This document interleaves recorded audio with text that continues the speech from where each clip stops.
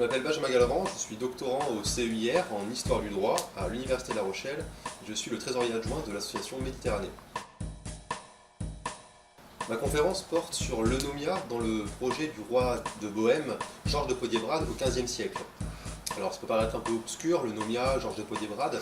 Ce qui est intéressant, c'est qu'il faut savoir que Georges de Podiebrad, c'est un des premiers souverains européens à avoir établi un texte juridique pour créer une sorte de confédération européenne, un peu sur le modèle qu'on connaît aujourd'hui.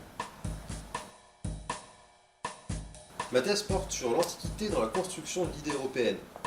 Alors en somme, mon objectif, ça va être de montrer si l'idée européenne s'est construite avec des référents antiques. Est-ce que l'idée européenne a été construite autour des notions telles que la res publica, l'eunomia, le logos, etc., etc., pour voir si aujourd'hui encore, en fait, on a des référentiels antiques. Donc la question est de savoir si ces référentiels, donc oui on en a, est-ce qu'ils sont conscients ou diffus, ça va être aussi l'objectif de ma thèse. Qu'est-ce qu'un doctorant en droit? La question c'est surtout qu'est-ce qu'un doctorant tout court? Un doctorant c'est quelqu'un qui a voulu poursuivre ses recherches après ses études de master, qui ne veut pas sortir dans la vie active tout de suite. Pourquoi? Parce qu'il a un sujet de thèse qui l'intéresse tout particulièrement. Et c'est une activité très riche le doctorat puisque ça permet de s'ouvrir sur plein de choses, d'aborder des connaissances dont on n'avait pas forcément idée auparavant. C'est également un exercice très difficile puisqu'on est seul face à la thèse, surtout en SHS. Et donc quand on va buter sur un obstacle, il faut avoir les ressources pour dépasser cet obstacle et continuer le travail de thèse. C'est ça qui va être le plus difficile.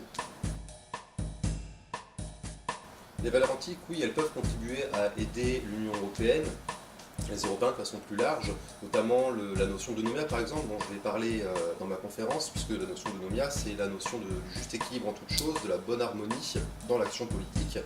Et cet équilibre, cette harmonie, cette recherche de l'harmonie pourrait effectivement aider l'Union européenne dans les différentes crises qu'elle traverse, notamment avec ses citoyens, quand on parle de la crise de la représentativité, ou encore la crise de démocratie, du déficit démocratique de l'Union européenne.